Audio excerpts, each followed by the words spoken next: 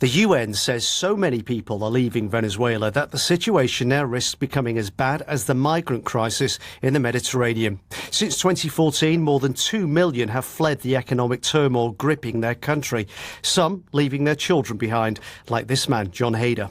I've left a big part of me in Venezuela, but what hurts the most is seeing my children go to sleep without eating, see them suffering because they have no toys, medicine, shoes or clothing.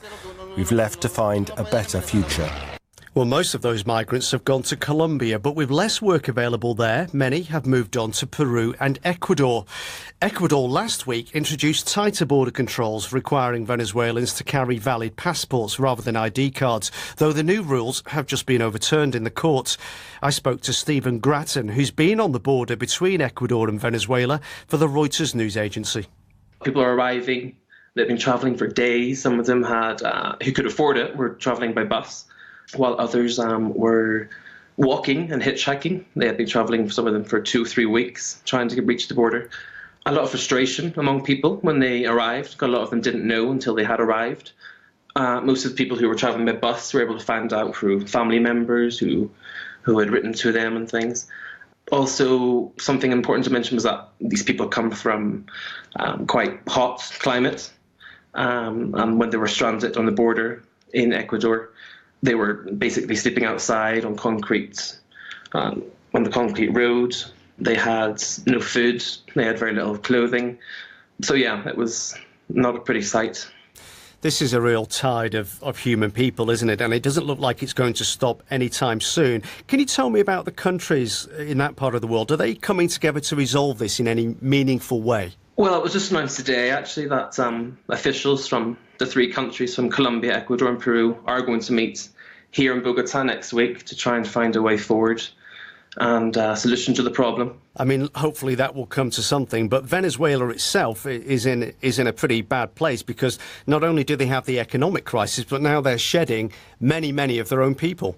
Yes, exactly. Another important thing to point out about Venezuela in terms of this whole migration crisis is that people aren't able to get hold of passports. So this is what this whole situation is revolving around, is people not having passports, people only having their national ID cards. And the reason for that is because they're not being issued. The Venezuelan government isn't issuing these passports. People have been waiting for 1-2 years that I've spoken to.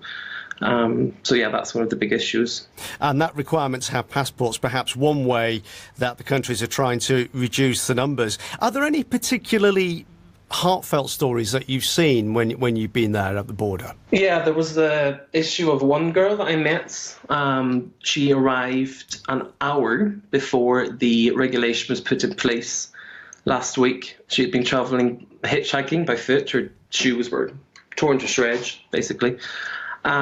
She told me that because of the journey and the way, her ID card had become damaged. And the Ecuadorian migration officers didn't want to have anything to do with her.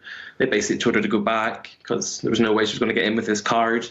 And she was in quite a state because she'd been travelling with 3 of her friends who did get their stamps just on time. I imagine there are many heartfelt stories like that. Exactly, yeah.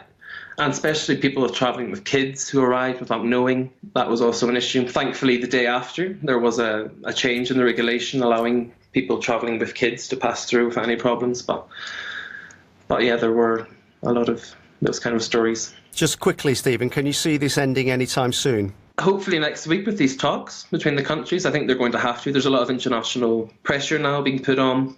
Today, even the United Nations made comparisons to the refugee crisis that's happening in the Mediterranean. So I think it's becoming a much larger issue, and hopefully we will see it getting resolved soon. That was Stephen Grattan.